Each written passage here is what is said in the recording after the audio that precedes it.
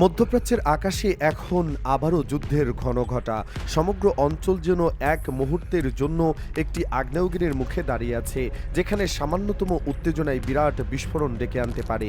দীর্ঘদিন ধরে ইরান ও ইসরায়েলের মধ্যে চলে আসা দ্বন্দ্ব এবং উত্তেজনা যখন এক চরম পর্যায়ে পৌঁছে গেছে, তখন এই পরিস্থিতি আরও ঘনীভূত হয়েছে খোদ মার্কিন যুক্তরাষ্ট্রের সাথে ইরানের সরাসরি বিরোধের কারণে। এই অঞ্চলে যেখানে প্রতিনিয়ত কূটনৈতিক তৎপরতা এবং সামরিক মহড়া চোখে পড়ে, সেখানে ইরান কোনোভাবেই একা বসে থাকেনি। দেশটি বরাবরই নিজেকে প্রমাণ করেছে একজন শক্তিশালী এবং কথা বলার পাত্র হিসেবে। আর এই উত্তপ্ত পরিস্থিতির মাঝে লোহিত সাগরে ইরান সমর্থিত হুথি বাহিনীর নতুন করে তৎপরতা বৃদ্ধি পাওয়ার পর বড় ধরনের সংঘাতের আশঙ্কা আরও গভীর হচ্ছে। এই সব কিছু মিলিয়ে সার্বিক পরিস্থিতিকে এমন এক জটিল অবস্থায় নিয়ে গেছে, যেখান থেকে পিছু হটা বা সামনে এগিয়ে যাওয়া দুটোরই যে কোনো একটি বিপজ্জনক হতে পারে। ওয়াশিংটন থেকে তেল আবিব, সবখানে এখন যুদ্ধের প্রস্তুতি চলছে পুরোদমে। ঠিক এই মুহূর্তে যখন সবাই যুদ্ধের দামামা শুনছে, বিশ্ব রাজনীতিতে এমন এক নাটকীয় মোড় এসেছে যা সবাইকে থমকে দিয়েছে। দীর্ঘদিনের জল্পনা কল্পনার অবসান ঘটিয়ে অবশেষে এক কৌশলগত চুক্তিতে স্বাক্ষর করেছে ইরান, চীন এবং রাশিয়া। বিশ্বের অনেক রাজনৈতিক বিশ্লেষক একে ন্যাটোর পাল্টা এক শক্তিশালী সামরিক মেরুকরণ হিসেবে দেখছেন। এই ত্রিদেশীয় জোটকে আসলেই পশ্চিমাধিপত্যকে পঙ্গু করে দিতে সক্ষম হবে, আর যুক্তরাষ্ট্র এবং ইসরায়েলের জন্য এটি কতটা উদ্বেগের কারণ হয়ে দাঁড়াবে, এসব প্রশ্নের উত্তর খুঁজে পেতে গভীরভাবে বিশ্লেষণ করা প্রয়োজন। একবিংশ শতাব্দীতে বিশ্ব রাজনীতিতে এটিই সম্ভবত এখন সবচেয়ে বড় ভূরাজনৈতিক পরিবর্তন, যার সাক্ষী হলো পুরো বিশ্ব।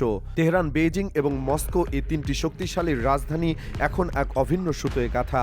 সম্প্রতি স্বাক্ষরিত এই ত্রিপক্ষীয় চুক্তি কোনো সাধারণ কাগজে কলমে পর্দান্ত নয়, বরং এটি পশ্চিমা বিরোধী এক দুর্ভেদ্য দেয়াল হিসেবে আবির্ভূত হয়েছে, যা মার্কিন প্রেসিডেন্ট ডোনাল্ড ট্রাম্প এবং তার দখলদার মিত্র ইসরায়েলি প্রধানমন্ত্রী বেনিয়ামিন নেতানিয়াহুর জন্য আস্ত নরকের স্বপ্ন বাস্তব করতে চলেছে। ইরানের সাথে বিশ্বের অন্য দুই পরাশক্তি চীন ও রাশিয়ার এই মহাজোট কার্যত ট্রাম্পের রাতের ঘুম কেড়ে নিয়েছে। মধ্যপ্রাচ্যে যখন মার্কিন রণতরীগুলো যুদ্ধের দামামা বাজিয়ে টহল দিচ্ছে, ঠিক তখনই এই তিন পরাশক্তির একীভূত হওয়ার ঘটনা প্রমাণ করেছে যে আমেরিকা এবার এমন এক ফাঁদে পা দিয়েছে, যেখান থেকে বের হওয়ার কোনো পথ তাদের আর অবশিষ্ট নেই। ইরানের রাষ্ট্রীয় গণমাধ্যম স্পষ্টভাবে জানিয়েছে যে এই ত্রিপক্ষীয় কৌশলগত চুক্তিটি মূলত একটি লৌহবর্ম, যা ইরানকে ঘিরে তৈরি করেছে চীন ও রাশিয়া। যদিও বাইরের দুনিয়ায় কূটনৈতিক ভাষায় বলা হচ্ছে এটি ন্যাটোর মতো কোনো সামরিক জোট নয়, কিন্তু এর অভ্যন্তরে থাকা শর্তগুলো ন্যাটোর চেয়েও অনেক বেশি ভয়ঙ্কর এবং কার্যকর। অর্থনীতি, নিরাপত্তা ও কৌশলগত সমন্বয়ের মাধ্যমে যা তৈরি হয়েছে তা এক কথায় বলতে গেলে পশ্চিমা আধিপত্যের কফিনে শেষ পেরেক ঠুকে দেওয়ার মতো। এই চুক্তির ফলে ইরান এখন আর কোনোভাবেই একা নয়, বরং দেশটি এখন জাতিসংঘের নিরাপত্তা পরিষদের দুই ভেটো ক্ষমতা সম্পন্ন স্থায়ী সদস্যের সরাসরি ছত্রছায়ায় চলে এসেছে। এর মাধ্যমে ইরান এখন এক দুর্ভেদ্য দুর্গে পরিণত হয়েছে। এতদিন পর্যন্ত আমেরিকা ভাবত যে নিষেধাজ্ঞা চাবুক পেলে ইরানকে সহজে বশ মানানো যাবে, কিন্তু যখন চীন এবং রাশিয়া ইরানের অর্থনীতির পাহারাদার হয়ে দাঁড়ালো, তখন মার্কিন আরোপিত সেই সব নিষেধাজ্ঞা কেবল কাগজের টুকরো ছাড়া আর কিছুই নয় বলে প্রমাণিত হলো। এই চুক্তির সময়কাল এবং এর প্রেক্ষাপট বিবেচনা করলে দেখা যায় এটি যুক্তরাষ্ট্রের মুখের ওপর এক সরাসরি চপেটাঘাত। যখন মার্কিন প্রেসিডেন্ট ডোনাল্ড ট্রাম্প ইরানের পারমাণবিক স্থাপনায় হামলার হুমকি দিচ্ছেন, তখন মধ্যপ্রাচ্যের সাগরে মার্কিন সপ্তম নৌবহরও টহল দিচ্ছে। ঠিক সেই উত্তপ্ত মুহূর্তেই ইরান ভয় পেয়ে পিছু হটেনি, উল্টো গর্জে উঠেছে এবং বিশ্ব মোড়লদের ওপর সরাসরি চ্যালেঞ্জ ছুড়ে দিয়েছে। তেহরানের বার্তা পরিষ্কার, যুক্তরাষ্ট্র যদি ইরানের উপর একটি বোমাও ফেলে, তবে ট্রাম্পকে একা লড়তে হবে না, তাকে লড়তে হলে বেইজিংয়ের ড্রাগন এবং মস্কোর ভাল্লুকের সঙ্গেও। এই নতুন সমীকরণে ওয়াশিংটনের প্রচলিত যুদ্ধ কৌশল পুরোপুরি অকার্যকর হয়ে পড়েছে। এই মহাজোট কোনো আবেগের ফসল নয়, এর পেছনে রয়েছে তিলে তিলে গড়ে তোলা এক দীর্ঘমেয়াদী পরিকল্পনা। ইতিহাসের দিকে তাকালে দেখা যায় 2025 সালের জানুয়ারি মাসে ইরান ও রাশিয়া নিজেদের ভবিষ্যতের 20 বছরের জন্য একটি চুক্তির মাধ্যমে সুরক্ষিত করে রেখেছিল। সেই 10 বছর মেয়াদী কৌশলগত অংশীদারিত্ব চুক্তির মূল লক্ষ্য ছিল প্রতিরক্ষা এবং জ্বালানি খাতে একে অপরকে এমনভাবে জড়িয়ে ফেলা যেন পশ্চিমা বিশ্ব চাইলেও তাদের আলাদা করতে না পারে। অন্যদিকে 2021 সালে চীনের সঙ্গে 25 বছর মেয়াদী এক বিশাল চুক্তি স্বাক্ষর করে রেখেছিল তেহরান। সেই চুক্তির আওতায় ইরানের প্রতিটি ধূলিকণায় চীনা বিনিয়োগ নিশ্চয়তা দেওয়া হয়েছিল। আর এই নতুন ত্রিপক্ষীয় চুক্তি সেই দুটি আলাদা দ্বিপাক্ষিক সম্পর্ককে এক সুতোয় গেঁথে এক অভেদ্য শক্তিতে পরিণত করল। প্রথমবারের মতো এই তিন বিশ্বশক্তি এক ছাতার নিচে এসে দাঁড়ালো। এই চুক্তির প্রতিটি শর্তে যুক্তরাষ্ট্রের আধিপত্য খর্ব করার নীল নকশা সুস্পষ্টভাবে ফুটে উঠেছে। তার মধ্যে সবচেয়ে গুরুত্বপূর্ণ বিষয় হলো পারমাণবিক সার্বভৌমত্ব, অর্থাৎ ইরান তার পারমাণবিক কর্মসূচি চালিয়ে যাবে এবং তাতে চীন এবং রাশিয়ার পূর্ণ সমর্থন থাকবে। এর চেয়েও ভয়ানক বিকল্প হলো বিকল্প আর্থিক ব্যবস্থার প্রবর্তন। আমেরিকা দীর্ঘদিন ধরে সারা বিশ্বকে ডলার দিয়ে জিম্মি করে রেখেছে, কিন্তু কিন্তু এই 3 দেশ এখন নিজেদের মধ্যে এমন এক লেনদেন ব্যবস্থা গড়ে তুলছে যেখানে ডলারের কোনো অস্তিত্বই থাকছে না। সুইফটের মতো বিশ্ব ব্যাংকিং সিস্টেমকে বাইপাস করে তারা তৈরি করেছে নতুন অর্থনৈতিক করিডোর। ইরান স্পষ্ট জানিয়ে দিয়েছে এটি এমন এক ব্যবস্থা যেখানে আমেরিকার আর কোনো গুপ্তচর বৃত্তি বা খবরদারি চলবে না। অর্থনৈতিক যুদ্ধের পাশাপাশি সামরিক সমীকরণটিও এখন অত্যন্ত স্পষ্ট। এই চুক্তির ফলে চীন, রাশিয়া এবং ইরানের সেনাবাহিনী এখন কাঁধে কাঁধ মিলিয়ে কাজ করবে। যৌথ সামরিক মহড়া, গোয়েন্দা তথ্য আদান প্রদান এবং প্রযুক্তি বিনিময় সবই এখন প্রকাশ্যে হবে। বিশ্লেষকরা বলছেন এই প্রেক্ষাপটে ইরান, চীন এবং রাশিয়ার চুক্তি তেহরানের জন্য এক কৌশলগত সুরক্ষা বলয় তৈরি করেছে, যার প্রভাব মধ্যপ্রাচ্যের সুদূর প্রসারী। এতদিন ধরে যারা মনে করত ইরান কোণঠাসা হয়ে আছে, তারা এখন দেখতে পাচ্ছে এক নতুন ইরানকে, যে আঞ্চলিক রাজনীতিতে বাঘের মতো গর্জন এবং সাহস নিয়ে দাঁড়িয়েছে। এই চুক্তির ফলে লোহিত সাগর থেকে পারস্য উপসাগর পর্যন্ত পুরো এলাকায় ক্ষমতার ভারসাম্য পুরোপুরি উল্টে গেছে। তবে যুদ্ধের ময়দানে কেবল চুক্তি দিয়ে লড়াই হয় না, প্রয়োজন হয় কঠিন মনোবলের। সেই মনোবলের প্রমাণ দিয়েছেন ইরানের সর্বোচ্চ নেতা আয়াতুল্লাহ আলী খামেনি। সেই সাহস নিয়ে এবার বিশ্বমোড়ল মার্কিন যুক্তরাষ্ট্রের চোখে চোখ রেখে কথা বলছে ইরান। এবার শর্ত দিয়েছে মার্কিনীদের। ইরানের সোজা কথা হলো, যুক্তরাষ্ট্রের সঙ্গে আলোচনায় বসতে তাদের আপত্তি নেই, কিন্তু সেই আলোচনা হবে সমমর্যাদার ভিত্তিতে। আর সবচেয়ে বড় কথা হলো, ইরানের মিসাইল বা ক্ষেপণাস্ত্র কর্মসূচি নিয়ে একটি শব্দ উচ্চারণ করা যাবে না। অর্থাৎ এই ইস্যুতে ইরান যুক্তরাষ্ট্রের চোখে চোখ রেখে কথা বলছে।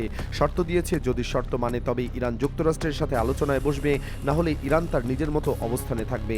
আর যুক্তরাষ্ট্র কিন্তু সহজে ইরানে হামলা চালানোর সাহস পাচ্ছে না, কারণ তারা জানে মধ্যপ্রাচ্যের অপ্রয়োজন শক্তির নাম ইরান। ইরানে হামলা চালাতে গেলে সবকিছুই তছনছ হয়ে যাবে। সম্প্রতি ইরানের পররাষ্ট্রমন্ত্রী আরেকটি হুমকি দিয়ে বলেছেন, ইরানের মিসাইল এবং প্রতিরক্ষা সক্ষমতা নিয়ে কখনো আলোচনা হবে না। তার এই উক্তি ওয়াশিংটনের গালে আরেকটি চর। মার্কিন সংবাদ মাধ্যমগুলো বলছে, হোয়াইট হাউস ইরানকে একটি নতুন চুক্তিতে সই করানোর জন্য মরিয়া হয়ে উঠেছে। তাদের শর্ত ছিল, ইরানকে তাদের মিসাইলের পাল্লা কমাতে হবে এবং ইউরেনিয়ামের মজুদ শূন্যের কোঠায় নামিয়ে আনতে হবে। কিন্তু ইরানের পররাষ্ট্রমন্ত্রী সে প্রস্তাবকে আবর্জনার ঝুলিতে ফেলে দিয়েছেন। তুরস্কের আঙ্কারা ভিত্তিক গবেষণা কেন্দ্র আইরামের পরিচালক সারহান আফকান বলেছেন, বর্তমান পরিস্থিতিতে ইরানের সঙ্গে এমন কোনো চুক্তিতে আসা আমেরিকার জন্য অসম্ভব, কারণ ব্যালিস্টিক মিসাইল হলো ইরানের অস্তিত্বের গ্যারান্টি। ইরান জানে গাদ্দাফির বা সাদ্দাম হোসেনের মতো ভুল করবে না। নিজেদের আত্মসমর্পণ করা মানেই আমেরিকার কাছে আত্মসমর্পণ করা। তাই মিসাইল কর্মসূচি নিয়ে ইরান এক চুলো পরিমাণ ছাড় দেবে না। মধ্যপ্রাচ্যের মার্কিন মিত্ররা একে একে ইরানে হামলা চালানো থেকে দূরে সরে যাচ্ছে। এই দেশগুলো ইরানে হামলার জন্য তাদের আকাশ বা ভূখণ্ড আমেরিকাকে ব্যবহার করতে দেবে না, এমন ঘোষণাও দিয়ে রেখেছে তারা, যা একদিকে ইরানের কূটনৈতিক সাফল্য, অন্যদিকে যুক্তরাষ্ট্রের জন্য আরেকটি বড় ধাক্কা। কারণ ন্যাটো সদস্য হয়েও তুরস্ক এখন আমেরিকার যুদ্ধের ব্লুপ্রিন্ট বাস্তবায়নে বাধা হয়ে দাঁড়িয়েছে। এরপরও যদি ইসরায়েলের প্ররোচনায় যুক্তরাষ্ট্র ভুল করে ইরানে হামলা চালানোর দুঃসাহস দেখায়, তবে তার পরিণতি কী হবে সেই চিত্রনাট্য লিখে ফেলেছে ইরানের সেনাবাহিনী। আর সেই চিত্র দেখে মার্কিন প্রেসিডেন্টের নাকে খত দিয়ে ইরানের সাথে আলোচনায় বসতে বাধ্য হচ্ছেন। এবার যুক্তরাষ্ট্রকে কঠোর ভাষায় হুমকি দিয়েছেন ইরানের এক শীর্ষ সামরিক নেতা। এরপর থেকে পেন্টাগনের জেনারেলদের রক্ত জমেই যেন হিম হওয়ার উপক্রম হয়েছে। ইরানের এই নেতার স্পষ্ট বার্তা, যুক্তরাষ্ট্র ইরানে হামলা চালালে তারা সাথে সাথে পাল্টা আক্রমণ করবে, যা হবে খুবই ভয়াবহ। মধ্যপ্রাচ্যের সাগরে ভাসমান যুক্তরাষ্ট্রের বিশাল সব যুদ্ধজাহাজ ও সামরিক ঘাঁটিগুলো ইরানের মিসাইলের আঘাতে ভাসমান কফিনে রূপ নেবে, যা হবে চূড়ান্ত ধ্বংসাত্মক এবং আমেরিকার অস্তিত্বকে কাঁপিয়ে দেওয়ার মতো। এই মুহূর্তে পারস্য উপসাগর বা আরব সাগরে থাকা আমেরিকার যুদ্ধজাহাজ কিংবা সব সামরিক ঘাঁটি সবই ইরানের মিসাইলের নিশানার মধ্যে রয়েছে। এর অর্থ হলো, পেন্টাগন যে নৌবহর নিয়ে গর্ব করে, ইরান চাইলেই মাত্র কয়েক মিনিটের মধ্যে সেগুলোকে সাগরে ডুবিয়ে দিতে পারে। কারণ তারা ঝাঁকে ঝাঁকে হামলা করতে পটু, যা যুক্তরাষ্ট্রের আকাশ প্রতিরক্ষা ব্যবস্থা দিয়ে কোনোভাবেও ঠেকানো সম্ভব নয়। ইরানের হাইপারসনিক মিসাইল এবং ড্রোন প্রযুক্তির সামনে আমেরিকার কোটি ডলারের নৌবহর এখন অত্যন্ত ঝুঁকিপূর্ণ অবস্থায় রয়েছে। এখন ট্রাম্পকে সিদ্ধান্ত নিতে হবে, তিনি কি হামলা করবেন নাকি পিছু হটবেন। সেই প্রশ্ন ঘুরপাক খাচ্ছে বিশ্লেষকদের মনে। এই সময়ে মাটির নিচে থাকা নিজেদের নতুন আরেকটি মিসাইল ঘাঁটি উন্মোচন করেছে ইরান। যুক্তরাষ্ট্রের সঙ্গে চলমান উত্তেজনার মধ্যে গত 4 ফেব্রুয়ারি দেশটির সশস্ত্র বাহিনীর প্রধান এ তথ্য জানিয়েছেন। এ সময় তিনি জানিয়েছেন, শত্রুদের যে কোনো হামলার জন্য তারা পুরোপুরি প্রস্তুত। গত বছরের জুনে ইসরায়েলের সঙ্গে 12 দিনের যুদ্ধে ইরান তাদের রণকৌশল পরিবর্তন করেছে। সেই কথা স্মরণ করিয়ে দিয়ে তিনি বলেন, এবার আত্মরক্ষা নয়, বরং এখন প্রতিরক্ষামূলক থেকে আক্রমণাত্মক অবস্থানে ইরান।